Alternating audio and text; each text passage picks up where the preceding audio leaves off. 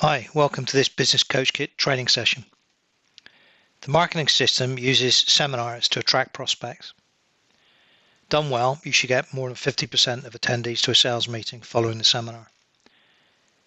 This session explains how to run a systemization seminar. At the end of this coaching session, you'll have learned the generic structure and standard messaging of the systemization seminars, how to use the coach notes and the workbooks, and how to run a seminar. Planning and marketing a seminar is covered in a separate training session.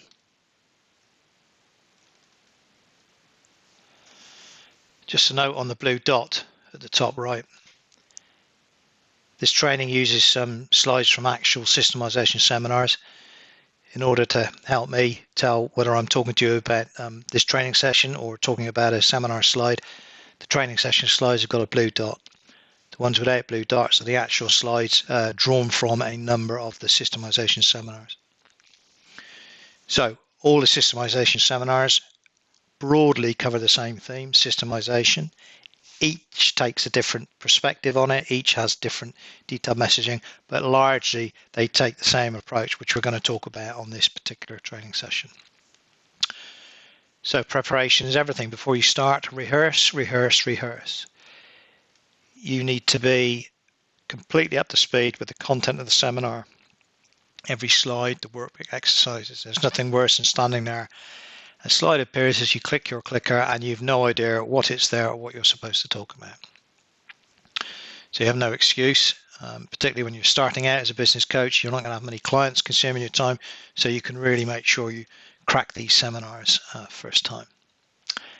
Arrive at the venue early and set up in good time.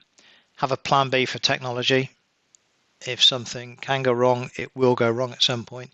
So have two different ways of running the seminar. Usually a laptop and a tablet would suffice. You can run, for instance, PowerPoint on both or connect to the internet. Have a spare projector just in case the venue's projector fails or for some reason doesn't work. Have an assortment of leads to connect these devices together. Make sure you understand about fire drills that day, where the fire exits are, where the WCs are, so that you can do the housekeeping at the start of the seminar with your attendees. The room layout, if you're more experienced, you're getting good traction with seminars, you've upped the price, reduced the attendance, you've probably got 6 or 8 people in the room. Boardroom is the layout to go for. This is engages people, it's interactive, it makes it feel more like a workshop rather than a presentation. If you've got a large number, maybe you're running free ones just to get up to speed, you might have 20, 30 people. Cabaret is probably the best way to do it. You don't want rows of people looking at you. You want them on a table so they can discuss things, interact in the workshop exercises, this sort of thing. So make sure the room layout matches one of those. And before your guests arrive, make sure you put a folder on each seat or in each place. So the seminar folder contains a registration form, a feedback form, your profile, some testimonials, and the workbook. All of these, apart from the profile, are provided in the Business Coach Kit seminar admin pack. Clearly, you need to produce your own profile. It wouldn't be much use putting mine in there.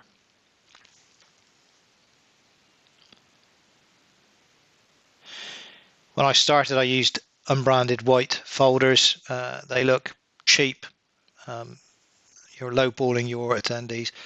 Spend some money getting proper branded folders. It just makes the whole thing look more professional. A word on the workbook. The slides have coach guidance, coach notes at the bottom of each slide. If you're using PowerPoint, they'll appear as per this screenshot. If you're running them online, there'll be a separate set of printouts with the notes against them. And you'll see here it says workbook page 4 before. That is telling you that before you reveal this slide, ask your attendees to do the exercise on workbook page 4. So you don't have to remember which exercise comes where. The notes will tell you. And the idea is that you work through all the exercises in the workbook as you go through the seminar. It's a good idea to introduce the workbook at this point when you come to the first exercise on the presentation. People will have looked at it already, but just have a pack yourself, take it out, wave it in the air, show it to them. This is a workbook. Perhaps make a little joke about them doing all the work, you just drinking coffee, something like that. Point out that the back of the seminar workbook is an action table, and they will get far more from the day if they first of all participate, interact, ask questions, state their views, and secondly if they go away with some actions that they can implement in their business. Otherwise it'll be interesting for them, but they won't really get much out of it. So structure of the actual seminar. First of all, start with timing and housekeeping, the fire drills and things that I spoke about before. I tend not to schedule a break. It's a 2-hour seminar. Each one of them lasts 2 hours if done properly. If you have a break halfway through, you'll spend the next 15 minutes trying to herd them together again. So I just don't have breaks. I go from start to finish. Finish on time. Nothing looks more amateur than going over the allotted time. These people are busy. They have other meetings to go to. You need to be professional about it. So finish on the nail when you say.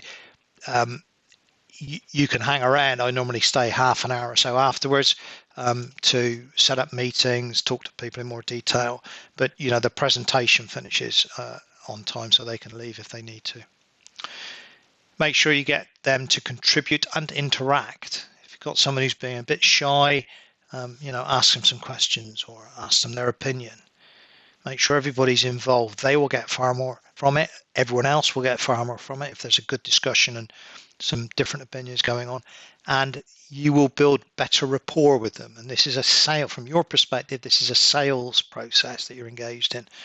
From their perspective, it's training, but from your side of the thing, it's sales. Then first up, I would get them to do their introductions. Now, this works fine if there's 6 or even 8 people in a room. If you've got 20, don't do this. You will still be sitting there an hour later as people ramble on about all their different businesses. So if there are only a few in the room, do introductions, ask who they are, what the company name is, and why they're there. And this last point is gold dust to you, because they're going to tell you what their business problem is that they think systemization can fix. So that's a kind of an open goal for you later in the process. So I've got a couple of intro slides, as I've just said. This one is for them to talk over, name, business, what you want to achieve today. Then you can, at the same time, on this slide, do your own introduction. Keep it brief, but your introduction is about credibility. It's about what gives you the right to stand in front of these people and potentially become their business coach. So, you need to cover relevant experience. As you build a coaching practice, you can make that experience less about your previous life and more about your current or previous clients. But what you do, how you've got to the point, why systemization is a good thing, how you've used it in the past. So building that credibility. You need to include something of yourself here. So don't just be a business robot. Include something about your family, your hobbies, or whatever it is that floats your boat, so they can see that actually there's a person here who I could get to like and work with, and they're human. They're not just a automaton standing up at the front of the meeting room. So that's your introduction. Then show the client slide. Now this is the standard. These are real clients, systemization clients here in the UK. You can over time add to this in your testimonials, your handouts, your own clients. But at the moment, you're perfectly entitled to say, well, these are companies that have benefited from systemization. They're in all different verticals with a variety of different issues, but systemization was a solution to them growing beyond where they got stuck. And next, what happens is the seminar will then have a slide to introduce a systemization model. It takes different forms. It always illustrates the 4 elements. Often it's 4 gears that you'll have seen. Sometimes it'll be like 4 barriers or something like this. But at this point, say, okay, systemization is these 4 things. And we're going to go through in some detail just now what those 4 things are. So this is where you'd introduce a model. Systemization works on your mindset, works on the purpose of the business, setting that out, works on actual systemization, so structures and process, and then it works finally on client engagement. The reason we show it as gears is these things are all interlinked and overlapping.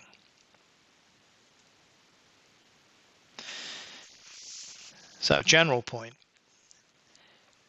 every slide is designed to do one of 2 things, or both of those things. 1, to build dissatisfaction, or 2, to provide hope and credibility for systemization as a solution and you as a provider.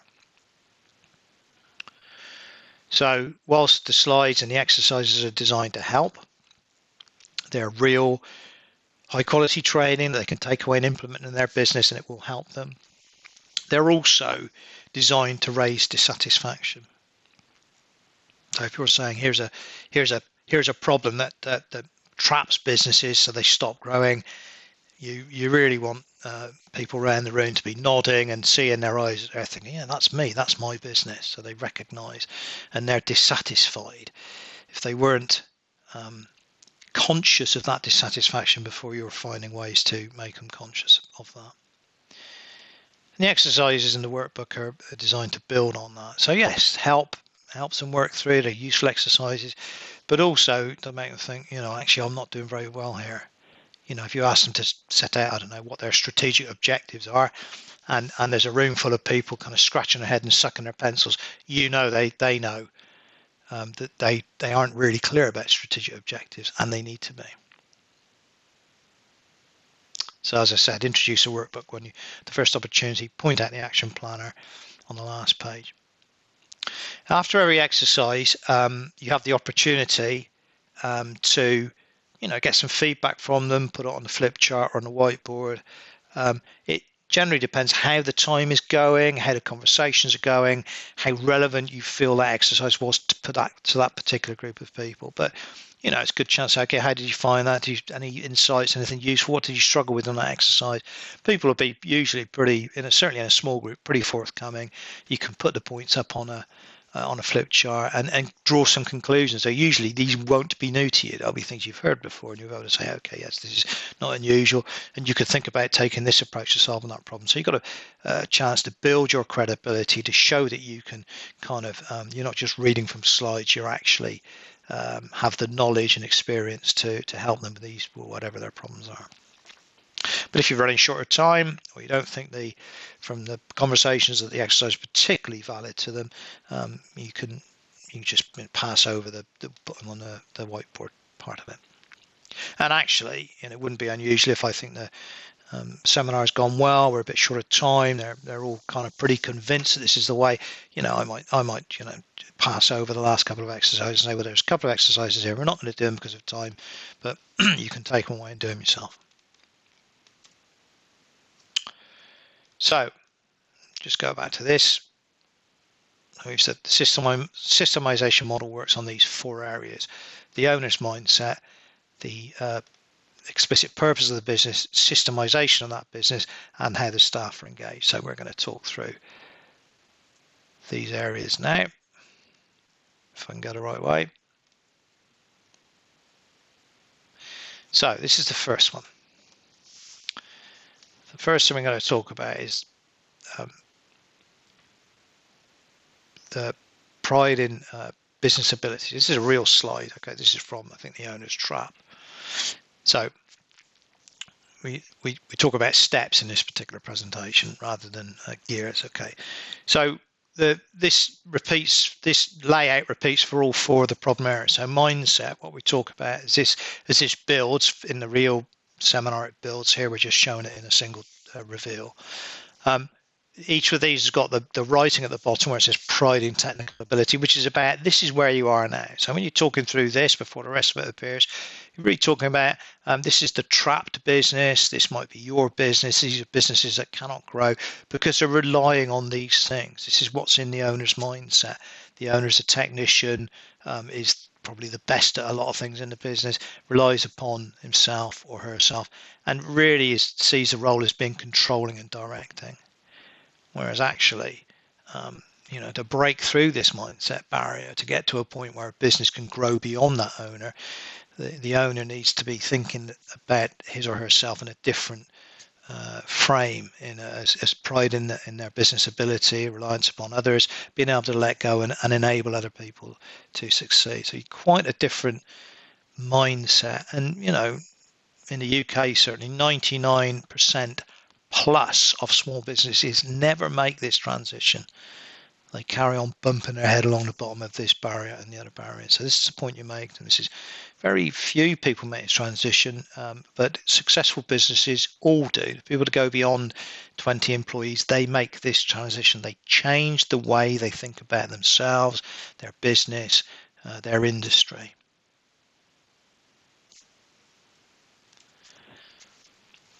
Second barrier is purpose. So second things they need to get right is purpose. And again, the reveal is, first of all, the words at the bottom. This is where you are now, or businesses that are trapped are here. This is what characterizes them. Well, actually, there is no purpose. A lot of it is kind of just in people's heads, and has evolved. There's been no purpose to actually develop this. Whereas if you want to break through, you have to get to this point where you have quite a different approach to purpose. It's explicit, it's written down, it's discussed with people. The business works because there's a set of rules or beliefs, rather than it works because of one or two people and what they do and who they know.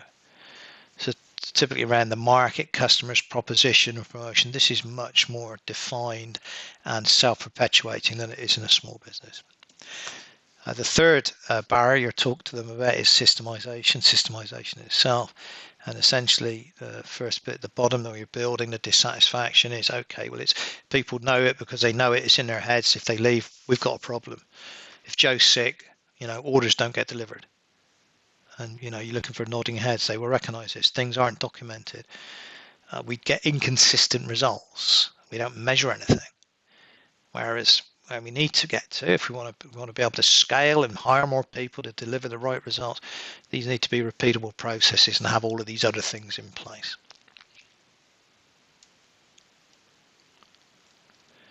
The fourth step is around engagement, and this is about how the owner relates to employees and what he thinks about employees, what he knows about delegation and motivation and contractual, both explicit and implicit contractual arrangements between the company and its employees.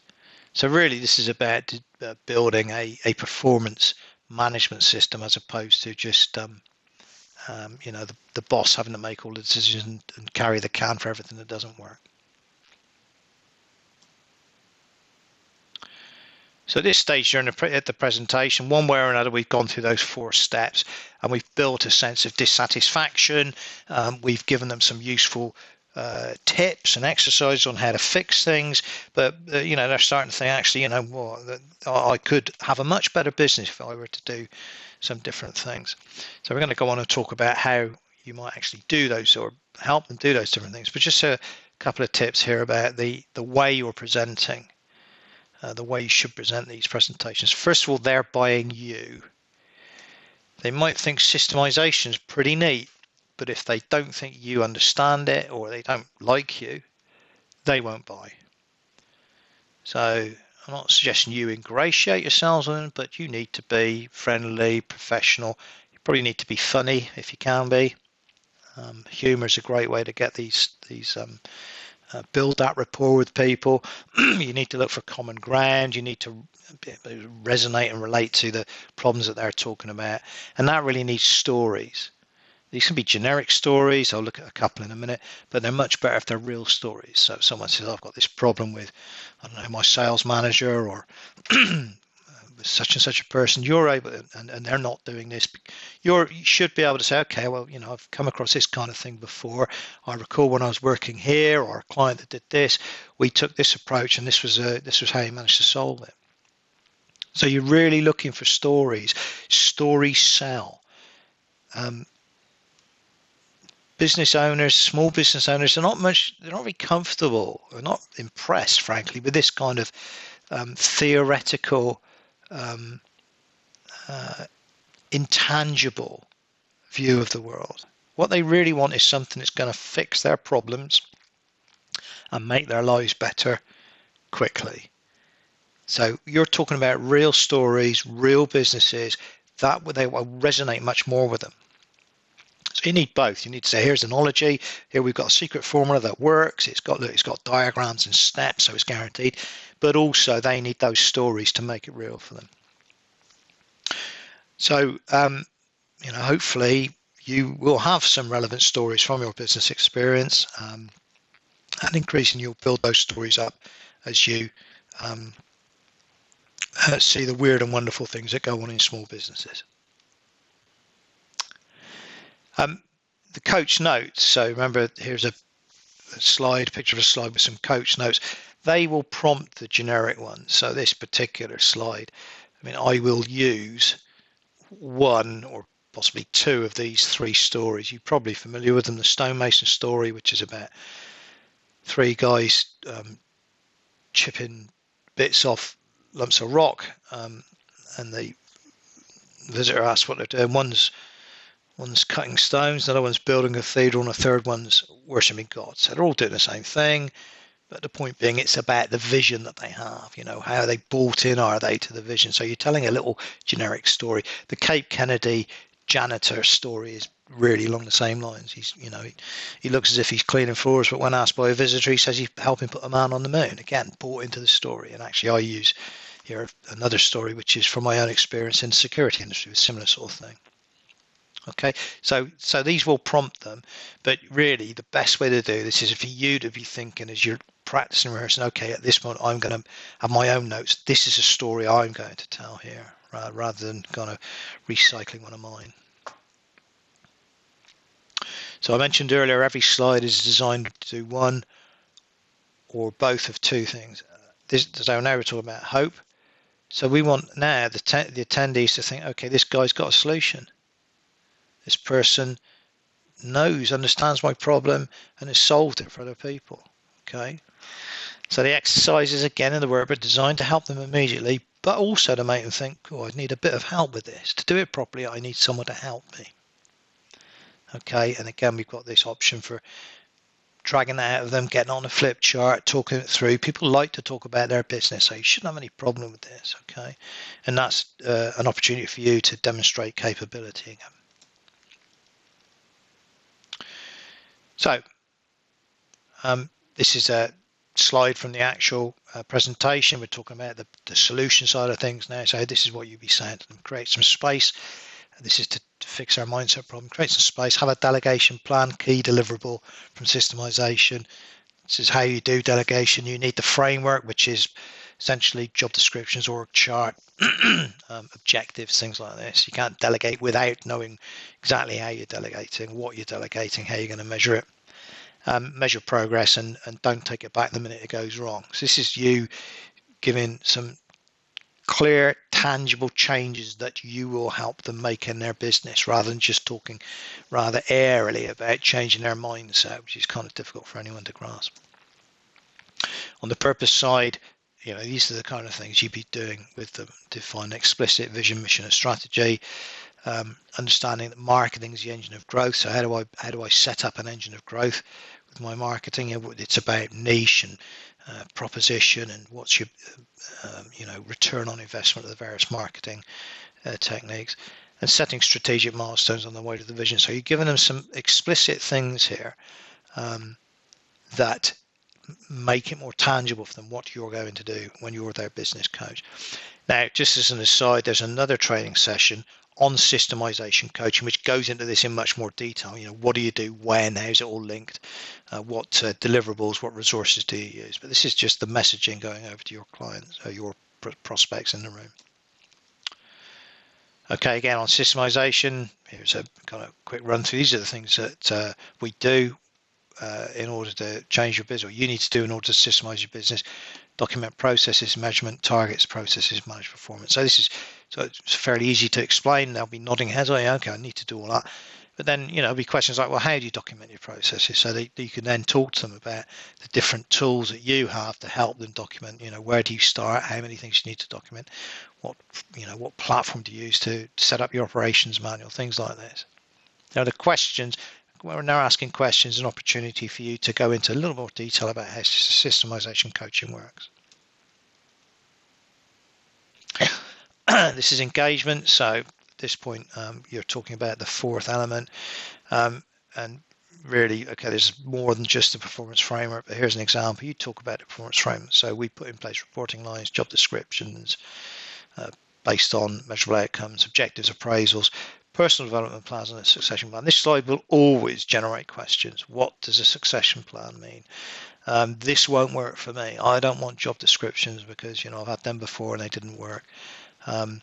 Appraisals are just a waste of time. So there'll be lots of conversation around the benefits of doing this. So a pretty good slide to get the rapport built up there. Finally, each seminar ends with something like this slide talking about, well, what is it actually like? If you're doing systemization, and the sort of implicit thing here is you're doing it supported by a coach, what does it look like? How does it work?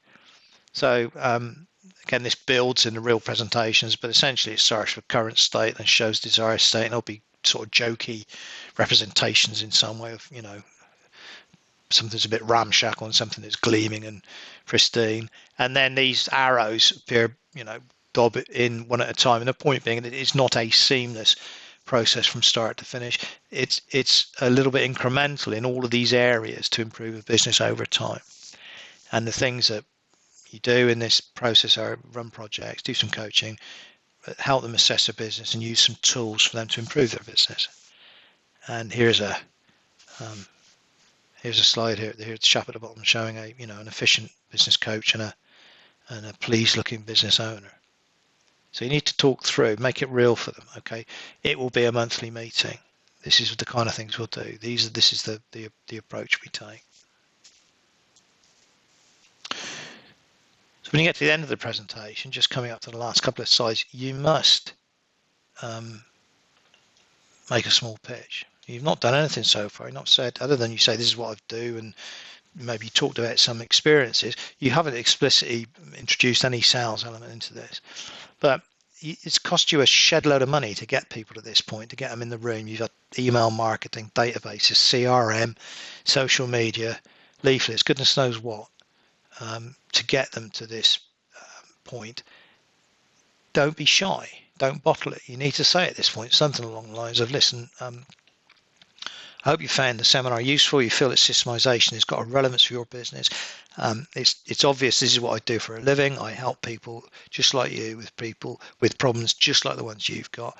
What I'd really like to do is to get together with you on a one-to-one basis in the near future to talk in a bit more detail about how systemization could help in your business. Okay, so they're pretty clear that you're asking, you want a meeting, and it's going to be a sales meeting. You want to sign them up as a client. So I normally have a blank calendar for the next 3 or 4 weeks on paper, so I can quickly write names in slots. I don't want to be fiddling about with a phone or something else, or not having a diary. So I want to get that done quickly. If for whatever reason they say, I'm sorry, I don't have my diary, or they want to think about it, then I call immediately afterwards. I'm talking about that afternoon or the next day, because they will never be more motivated to have a sales meeting with you than at this point.